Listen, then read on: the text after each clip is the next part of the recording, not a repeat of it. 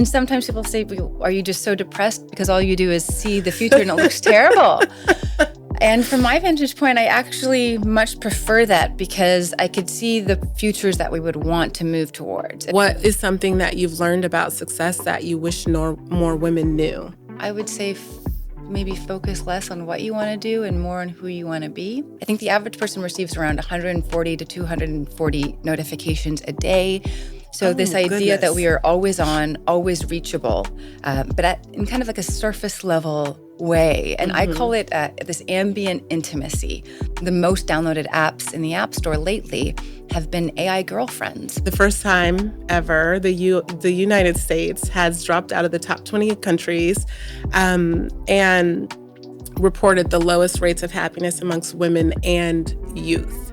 If we continue on this downward kind of sloping trajectory, what do you think human connection will look like in 10 years from now? This is particularly concerning for me because you have this rise of this loneliness epidemic, and then it's going to converge with artificial intelligence, and these systems are being intentionally designed to feel human. We need to go back to old school meetups. The meetups, yes. We need to, yes, in person. And even Let's then, have coffee. In 10 years, that could change because the person comes in as a robot. No. Hi, everyone. Welcome back to another episode of Do Tell Relationship Podcast. I'm your host, Nina Westbrook, and I'm extremely excited about today's guest. I know I say that every single episode, but in a world where AI is changing how we work, communicate, and even form relationships, finding real connections can feel more complicated than ever. Obviously, I love relationships. I love connections and making them and trying to figure out how our brains work and how we identify within groups. So today I'm going to sit down with someone who lives at the intersection of where technology and the future work together. I first got a chance to see Sinead Bovell at a conference called Uncomfortable Conversations, where she was dropping so much knowledge about technology and how we can work to continue to keep humans at the center of it. We're going to have a really interesting conversation today because I think that her work in Futurism also helps us and really aligns with my work as a therapist and trying to understand human behavior as she's working to understand how technology and AI is going to help to shape human behavior in the future.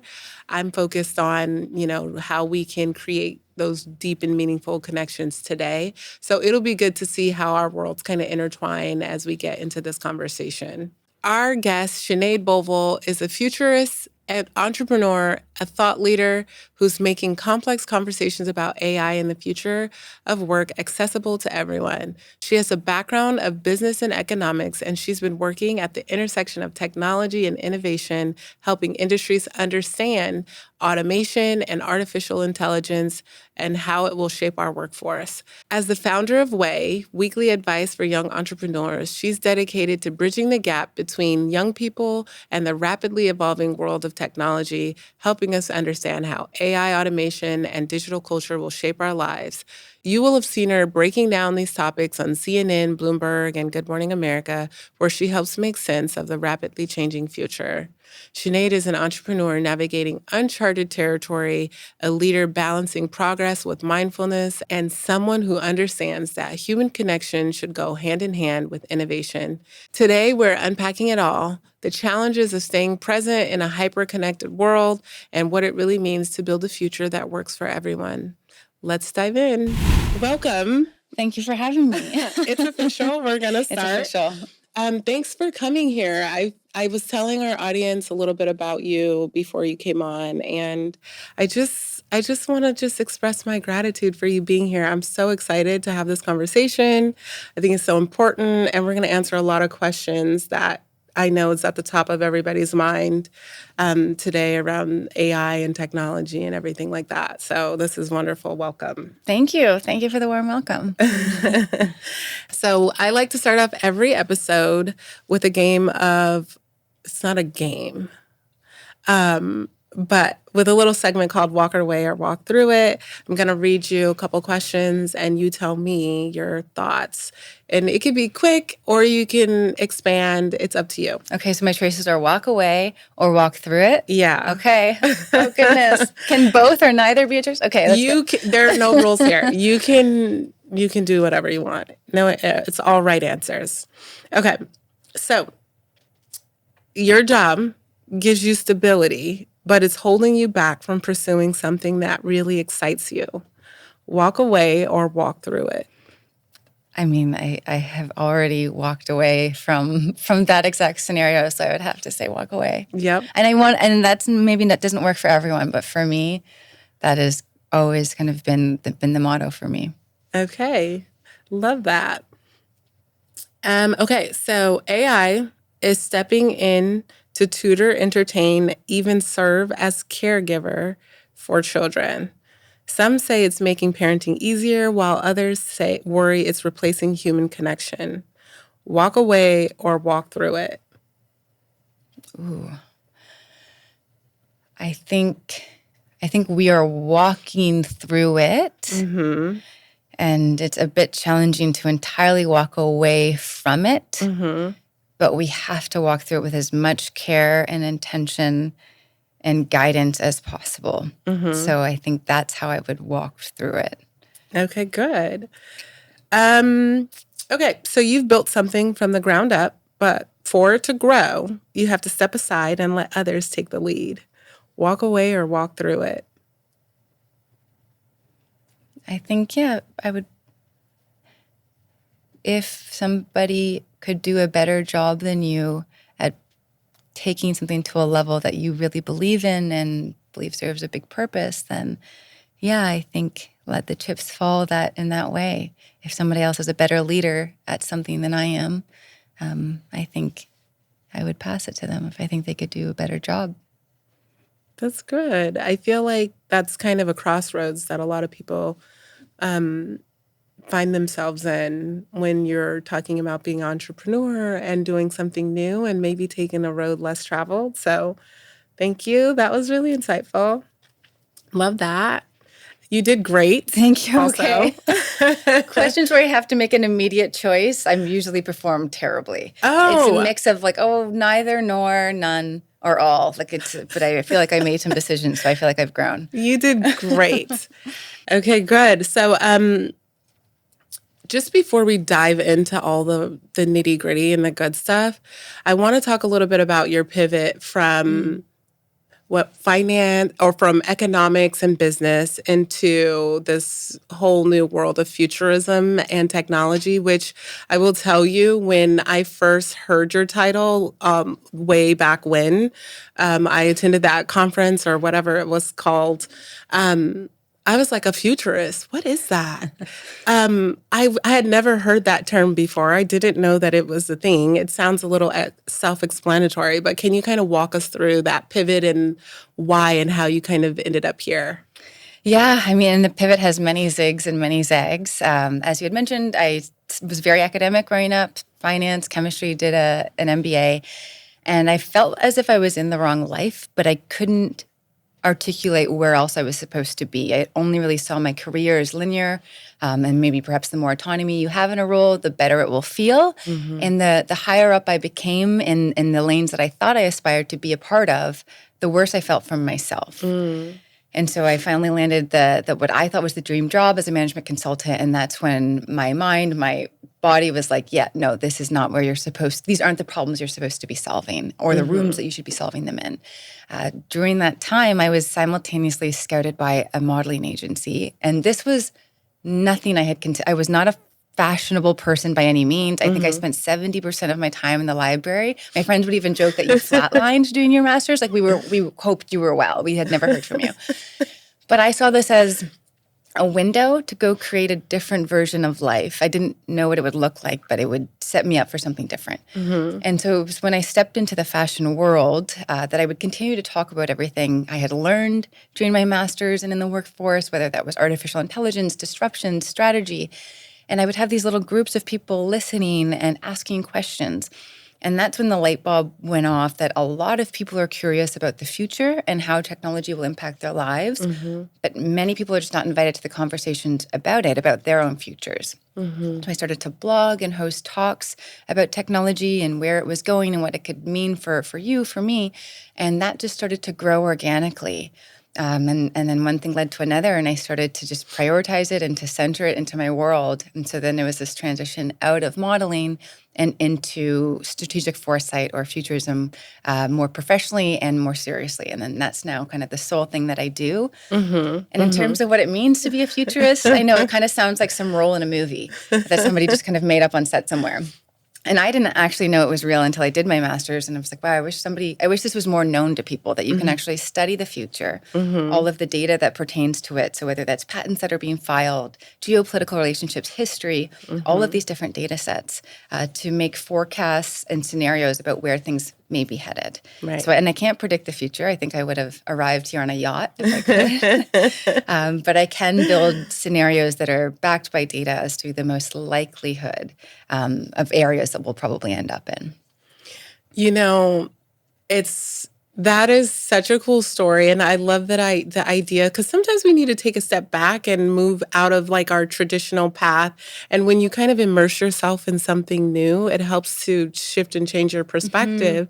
And especially when you're talking about fashion and art and creativity, everything I'm sure that you saw during that journey probably helped prompt different new ideas and different ways of seeing the world. So that's really cool. It makes a lot of sense.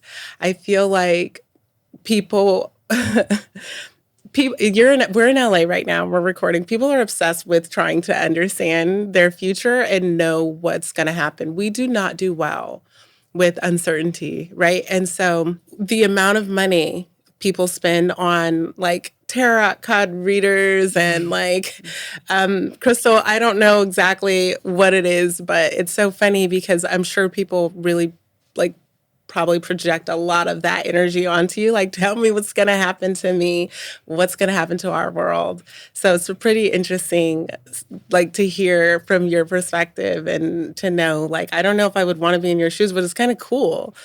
Yeah, I know it. And sometimes people say, are you just so depressed because all you do is see the future and it looks terrible? And from my vantage point, I actually much prefer that because I could see the futures that we would want to move towards. And if I didn't think, and I don't consider myself an optimist or a pessimist, I just have to really be objective to the data. But if I didn't think the optimistic scenarios were possible, I wouldn't be able to do this every day. So I find it more calming to know what at least we want to strive towards and that that's possible.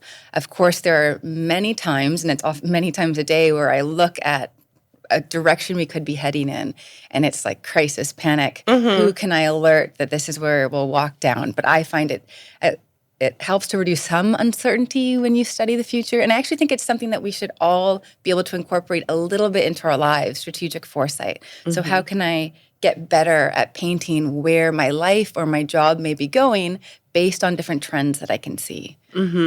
That makes a lot of sense because a lot of uncertainty comes from not knowing. But if you focus and pay a little bit more attention, you probably are in a much more comfortable seat than the rest of us, right? Because you can, I like that though, the not knowing that there and finding solutions, because it would be depressing to always be reporting on things that are not looking good. And then and if you felt that they're not looking good and there's nothing we can do about it, then that I would be doing a very different job. Okay, so then let's get into that because just as a marriage and family therapist, I feel like the way that we are connecting and what we're seeing in terms of people's the ways in which we're connecting in this technology-driven society has changed quite drastically. How do you think connections and maintaining connections and building connections and the kind of trend we're doing online with the loneliness epidemic and everything else, how do you think technology has either helped or hindered us in this process? Yeah, that's a big one, and it's a complicated one. Yeah. I think the history of technology has showed that it has always changed the time and space, a relationship with time and space. So whether it was the invention of writing to the telephone that allowed us, it was kind of the rise of the instant communication and geography becoming less of a variable. And now I think with digital technologies and with smartphones and with social media platforms, it has changed our availability to the world, our expectations of communication, instant, immediate, anxiety if we don't receive that. I think the average person receives around 140 to 240 notifications a day. So this idea that we are always on, always reachable, but in kind of like a surface level way. And I call it this ambient intimacy, where you can keep up with somebody's life from a distance. You can watch their Instagram stories or their reels. You can have this kind of 10 steps removed relationship to them, but you don't actually go very deep. And even with text messages, I mean, on the one hand, it's nice that you can always be in touch with someone, but you don't know how they actually feel about anything. Just good morning, good night. That can seem like a really nice gesture, but the barriers to communicate, they've become so low that the effort has also kind of fallen with that. And then even things more nuanced like emojis to represent feelings. And so that's kind of continuing to digitize our emotions in ways that may have not been organic to us, but those are the tools that we're given. So I think, technology, it changes how we form relationships, how we maintain them, and how we end them, whether that's friendships, whether that's more personal relationships. Everything can be instant, but at arm's length. Right. And I think that those things tend to be at odds. Yeah, that makes a lot of sense because I think the convenience of it is really great. For example, my husband lives out of state right now. We have 3 small children, and we FaceTime every day at breakfast. We FaceTime, in the car on the way to school where the phone's propped up, and he can have these conversations and talk to the kids and yell at them through the car like, hey, I saw that, keep your hands to yourself.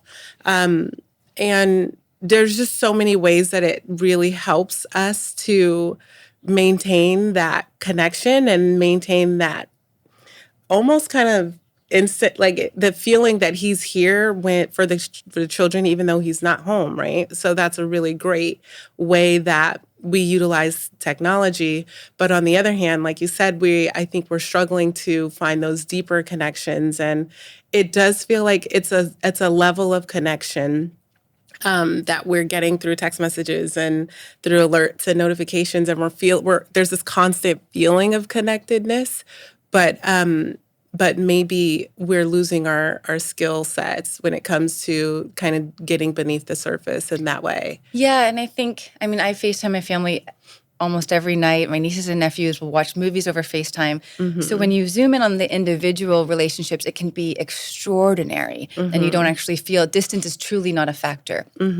I think it's dividing that time with the world, though, and that's when it becomes more challenging. So being available to your friends and your family is one thing, but having 10,000, 20,000 notifications from just these ambient kind of passive friendships or people that you may know, that's when it can start to compromise the relationships with the people that we care most deeply about. So that's, I think there's always these extraordinary benefits, but then it's figuring out the boundaries that we want to place around these technologies. Well, then that leads me to another question that I had for you, because I think that I'm the queen of boundaries. I love boundaries. And I think we should all have them. And when it comes to technology, we're still kind of figuring it out. We're getting a little bit more information from the Surgeon General. More countries are putting stipulations around technology. I did a town hall with First Partner Jennifer Newsom last year about phones in schools, and the overall consensus was that kids don't even want to really have their phones in schools because they know that it's a distraction. There's so many pressures and things that come along with that. And then for those of us with small children, we're like, hey, when do we give these kids a phone? How do we all band together to kind of create this space where they're not quite feeling left out? And we're like making pacts like about holding out on phones and things like that. So if you could say that there's like, what do you think is the biggest boundary that we can all share or set around technology? And I know that's a really huge question, but what do you think is most important? I mean, I think it's different when it comes to kids. Mm-hmm. So that's when I think the boundary has to be the strictest. Mm-hmm. I mean, kids don't have networking needs, so they don't necessarily need to be reachable by the whole world. Mm-hmm. And in fact, that's probably not the best case for them. Mm-hmm. And especially when it comes to something like social media, right? Social media is designed to keep you coming back for more. It's designed to turn you more into a performer for others. Mm-hmm. And I couldn't imagine going through some of the most the growing pains of childhood and getting into high school, and having that be a performance for the world to rate in real time, and what that must do. I mean, I expect you would probably know that even more than I would, but what that can do to the brain, and just feeling constantly judged.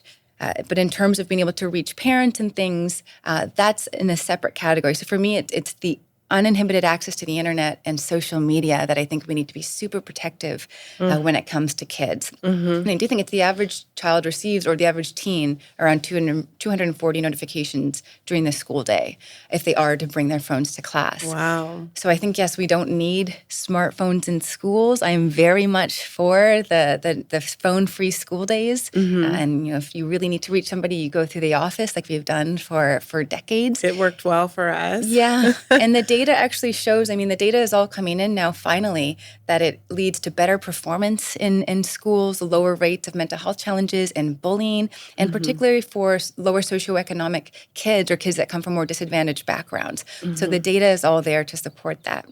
When it comes to parents, I mean, the boundaries that I place on my devices and social media are pretty strict. So the first maybe hour or two of my day, I'm just unreachable to the rest of the world. And that doesn't mean my family can't call me, or, somebody that needs to call me can't reach me, but I'm not available to kind of unsolicited communication. So that means I make a conscious decision if and when I need to be on social media, if and when I should check email. I mean, if I have to really deeply work on something, I don't even open those platforms at all, because I know that they're designed to kind of fragment your attention span, and I feel the impact of that in my work. So I wake up and it's kind of no social media, no phone, except for meditations and that sort of thing.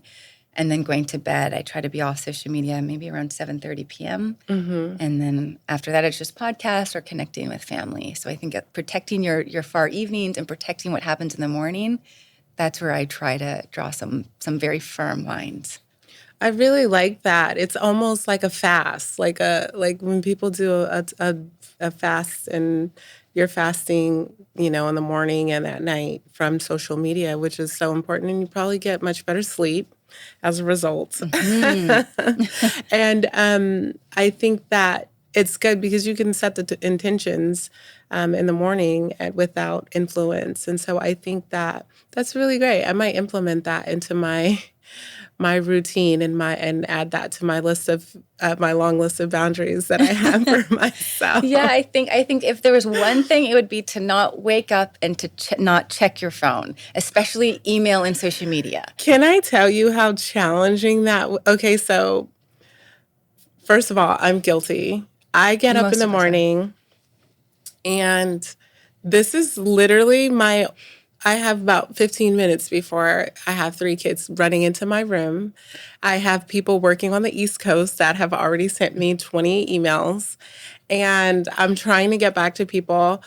I'm sending memes to friends on social media at 6:30 in the morning. Like, I have my social media kick. Like, that's my only time to be on social media. Not that I need to be on, but like, wow, how ridiculous is it that I'm literally waking up on social media or answering emails so that I can get along with the rest of my day?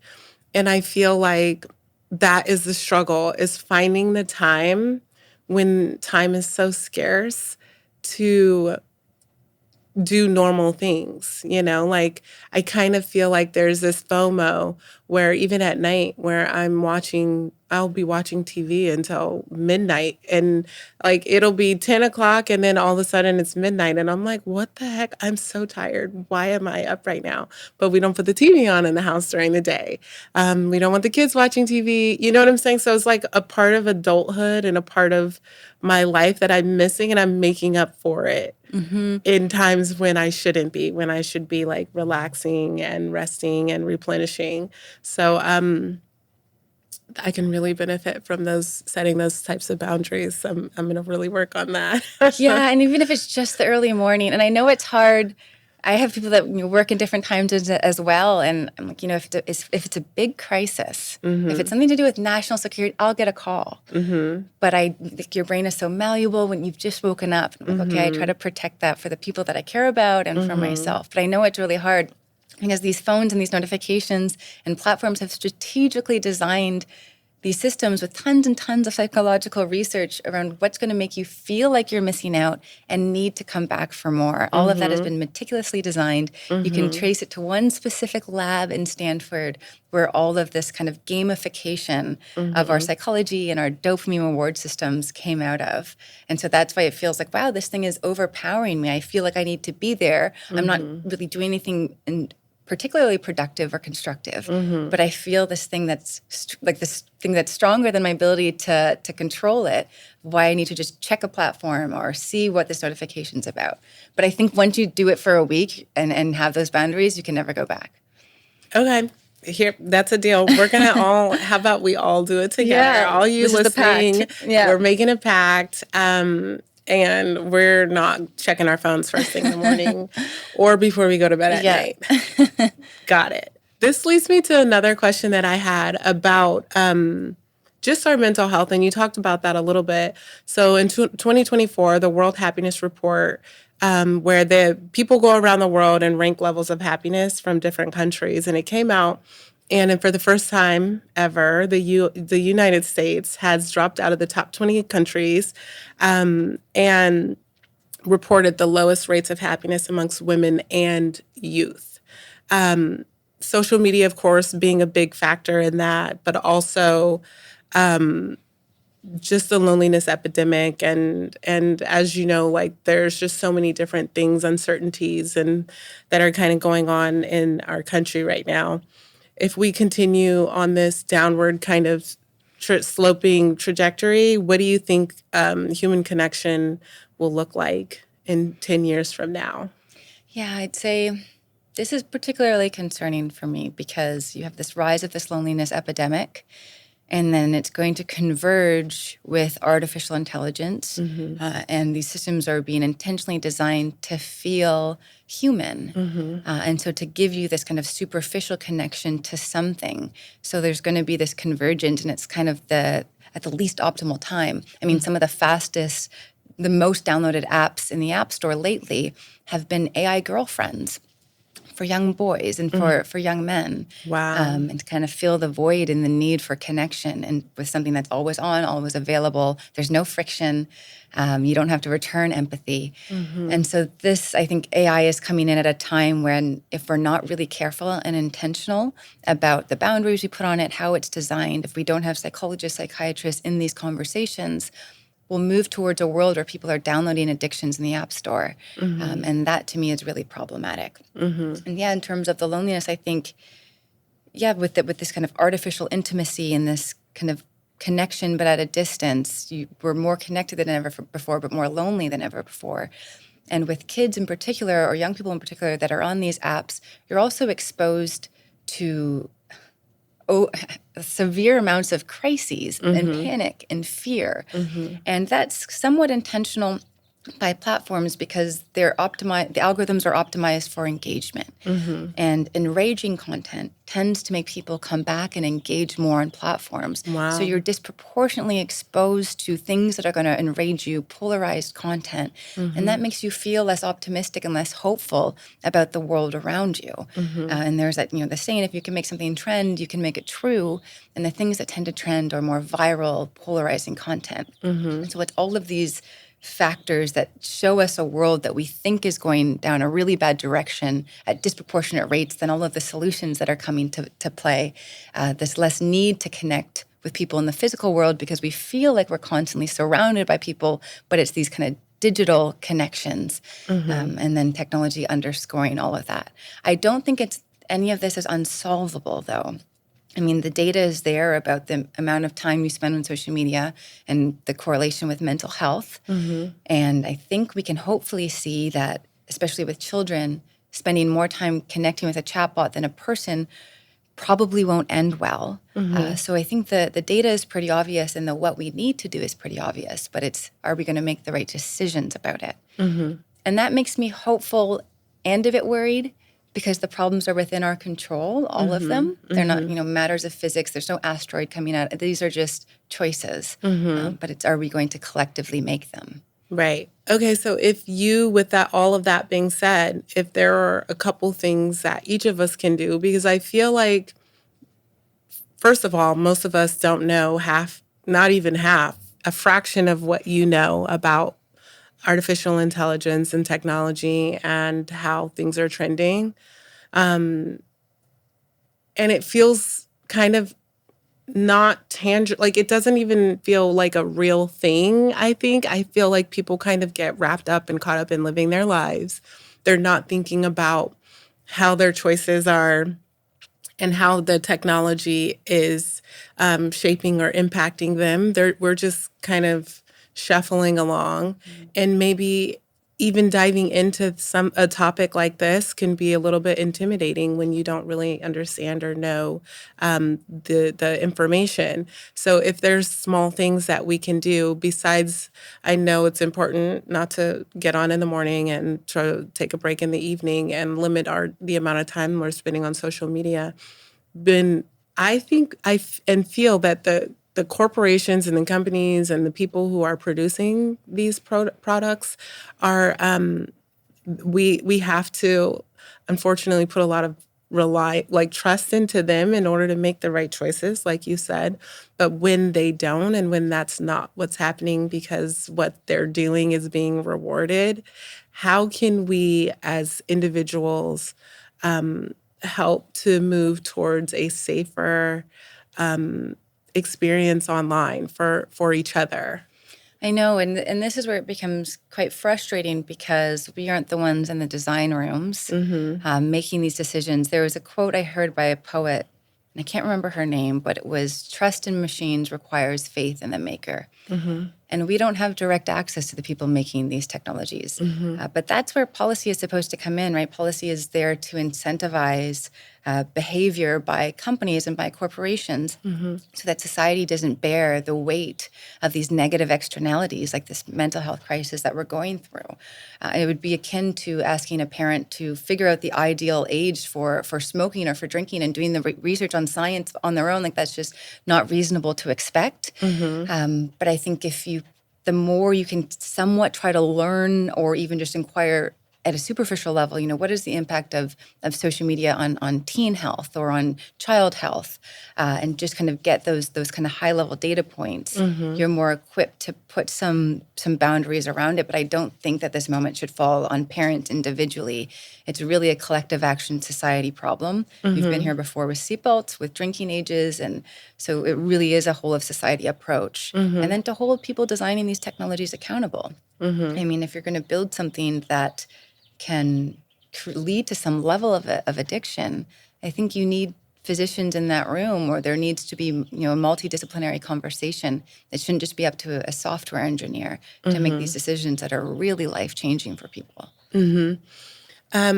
Just out of personal interest, I feel like there are so many apps and there's so many ways that we can, where the intersection of mental health and technology are kind of, we're working on that relationship.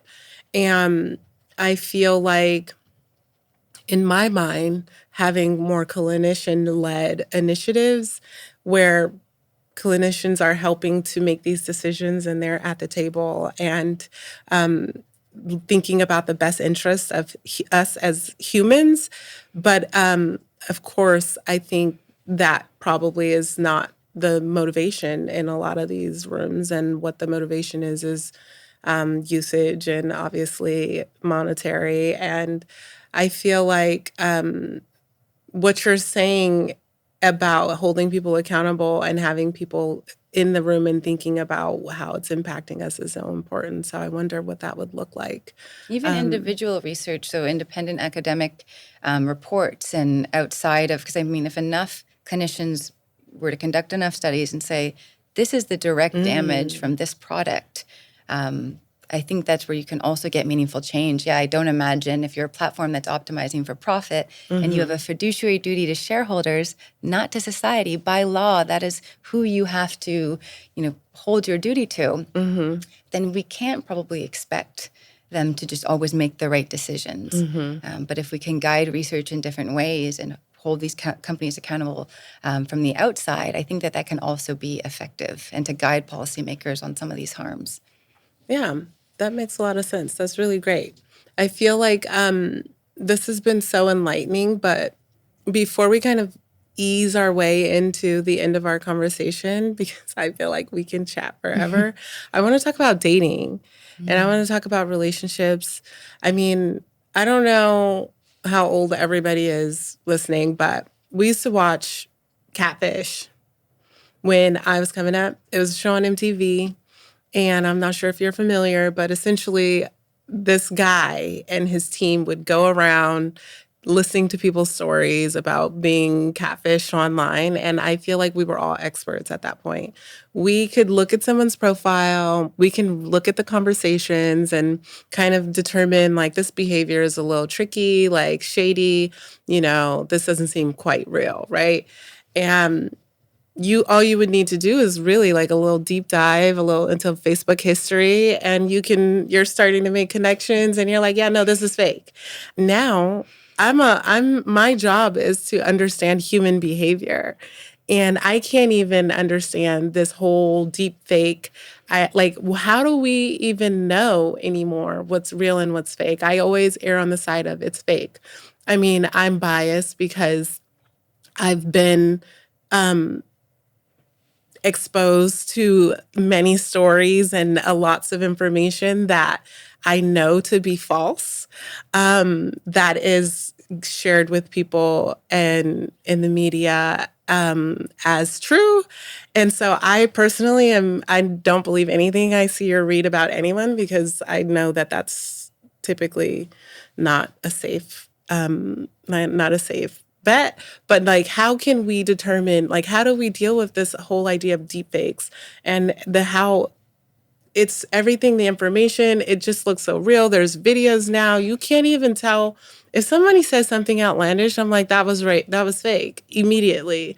And how dangerous is that? Or how do we even navigate that? How can we spot a deepfake at this point?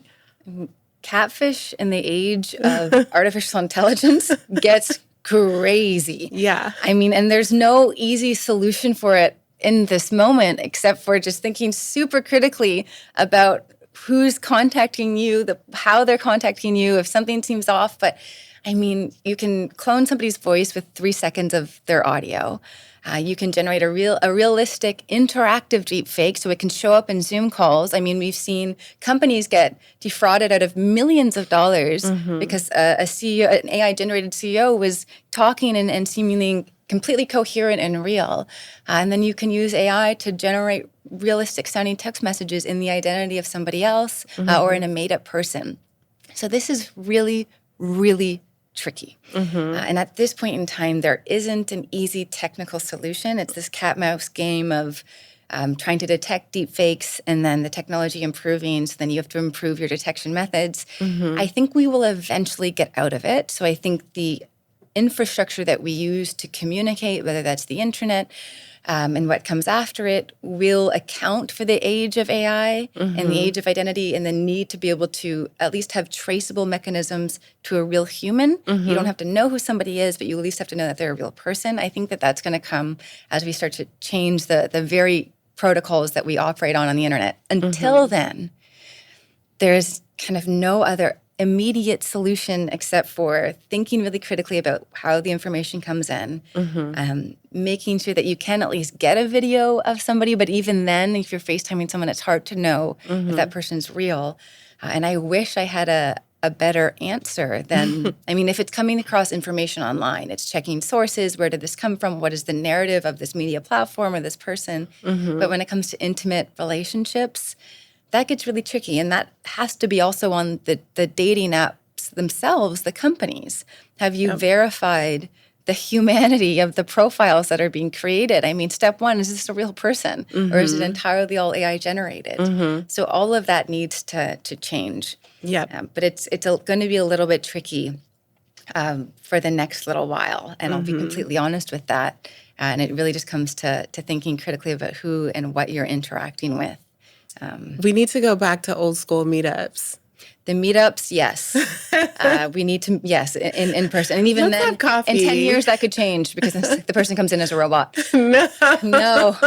Yeah, but I think Oh we need, I know, goodness. that can be part two of the convo. You know, I guess I can think about some of the ways in which I've kind of created these safety guards for myself, just in a more practical sense. I have a app in my phone called RoboKiller, number one. This is not a paid ad, but they essentially block spam callers. The other thing that I do in business is when I receive an email that I don't know who it's from, it could look perfectly normal and look like it's a real email. I forward it to a group of people and I'm like, hey, is this real or fake? Like, I just never assume that communication from people that I'm not familiar with or that I've never met is just real. I kind of err on the safe, like to err on the safe side. And after we get enough eyes on it, and typically the answer is no, this doesn't look real to me. And so is normally the consensus. I don't know. So I guess checking in with people and having communications with other people when you're feeling unsure, and also just not maybe being a little more cautious and critical of the information than people we kind of come across, and making sure that real to the best of your abilities, you know? Yeah, I think caution is a good approach, especially if it's an email or a number you've never seen before. If somebody texts me from a number that I've never seen, I never respond. And the same is for online. And that happens all the time now. I mean, 10 times a there's day. so much, so many texts that I'm getting, at least whether it's through WhatsApp or on my phone, and I'm like, who is this? That's also a problem of us oversharing our information in areas that are unnecessary. So if I'm booking a nail appointment, you don't need my phone number, email, and address. I'm going to come in and pay in cash or on my credit card. That's all. The service only happens for that 40 minutes. So now I don't give real numbers, even if they say, we need to record your number and your email. I've just stopped giving real information. I'll always say no unless it's necessary. And then even then, I'll just not give not real email or real phone number, because I'm like, you don't need to have this information. And because what happens from there, whether you're in a store or sometimes that data can get sold. So sometimes those numbers can get sold to different, and it's not necessarily even just scam artists. It could be people that genuinely want to call and sell you something. But I'm like, if people don't need my information, I'm not giving it. Exactly. And but then that also goes back to the whole deepfake thing, where there are a lot of corporations and companies, when you're signing up for things, they want a picture of your driver's license and ID, and they want your home address. They want all of this information from you, which to me seems like not only are they trying to, I like to think they're trying to keep us honest and make sure that this is like an actual person. So it kind of goes from both sides. They're trying to figure out how to make sure it's a person, but then also they're selling our information once they get it. It's like, where do we win here? So this has been so exciting and such a fun conversation for me so far. I'm such a nerd when it comes to things like this, and I just love learning about the future and about just how we can connect and find ways to be better in community and protect the youth. And before we kind of get out of here, I was going to ask you one more question about your path, because again, you kind of had a little bit of not a traditional pathway, which I feel like at this point, who really does anymore? Yeah, I can't find anyone.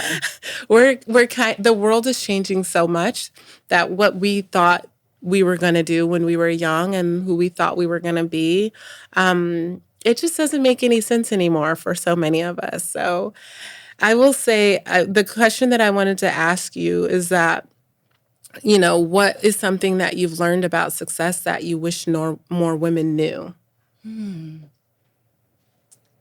I would say maybe focus less on what you want to do and more on who you want to be. I think if I had been guided by that paradigm earlier, I would have, it's not that I would have done anything different. I think I needed to take all of those pivots and those turns, but it would have been with a lot more confidence and a lot less anxiety about feeling like, am I making the wrong decision? Or as long as you're moving directionally towards the person you think you want to be, that's the right decision. But when we focus on hierarchies and visions of success that weren't created by us, that we feel confined to, that's when life and job and career can feel very out of sync. So for me, it's always, am I moving closer to the person I want to become or further from it? And that's kind of my guiding light. I make decisions by especially professional ones and personal ones, I'd say as well. Yeah, I think that you're so it's so crazy how aligned. I was telling you you talk about the future and how it's going to impact us and how closely it aligns with our mindset as therapists and clinicians.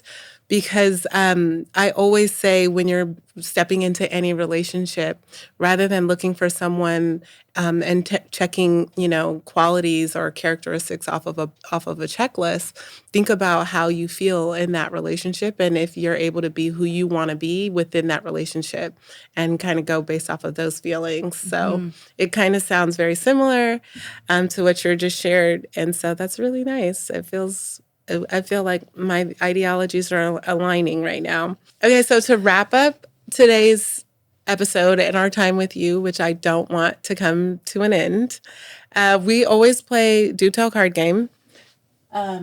So first of all, I'm sending you home with a Do Tell card game. Ooh. It's a conversation card game that I designed to help us get beneath the surface and have more meaningful conversations and connect with each other. I pre-selected 3 cards. Okay. That you're going to choose. You're going to choose one and then answer the question. Okay. The question is, who are you with when you feel most like yourself?